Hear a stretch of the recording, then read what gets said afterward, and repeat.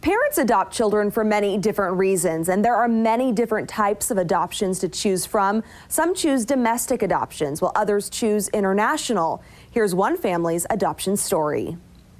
Okay, you guys ready? Cerise and Jeff Roth-Vinson love to travel. For us, we had traveled a lot internationally, and when we decided to have kids, the idea of adoption came up. They had been married for about 12 years before they decided to become parents. Everybody chooses to have children in so many different ways.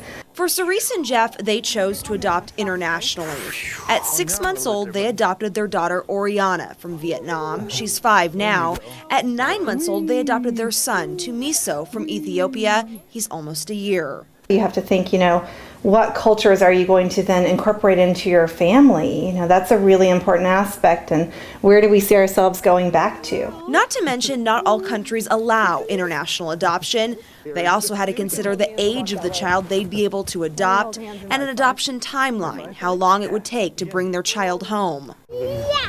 Once they started the process, they soon found themselves in heaps of paperwork. We called it being paper pregnant for a long time, because your stacks of paper just seem to grow and grow, sort of like each week of your pregnancy. There were also background checks, fingerprints taken, visas approved, home visits, meetings with social workers, and even parenting classes. After all that, the news came. You get an email one day, it's not a sonogram, and here is a picture, your first look at your child, and that's how it happens. Yeah. Their daughter's adoption took a year, their son's a year and a half. We have post-adoption visits. I think we do 2 or 3 of those.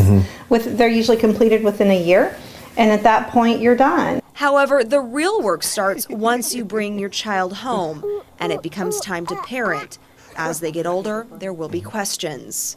We've chosen to let them know that they are adopted from the beginning and to support them in any way that we can. They want to make sure their children know about their culture and their story. Each child has a life book which talks about where they came from. They've also incorporated cultural elements from their children's heritage in their home. We regularly cook food from each of their countries. We have artwork throughout our house that we purchased while we were there, and we talk about that. As for travel, instead of booking flights for 2, it's a trip for 4. Oriana and Tumiso are already racking up those frequent flyer miles. The average cost to adopt internationally is about $30,000, but there are scholarships, grants, and a federal refund to help families with that expense. In the studio, Holly Menino, KEZI 9 News.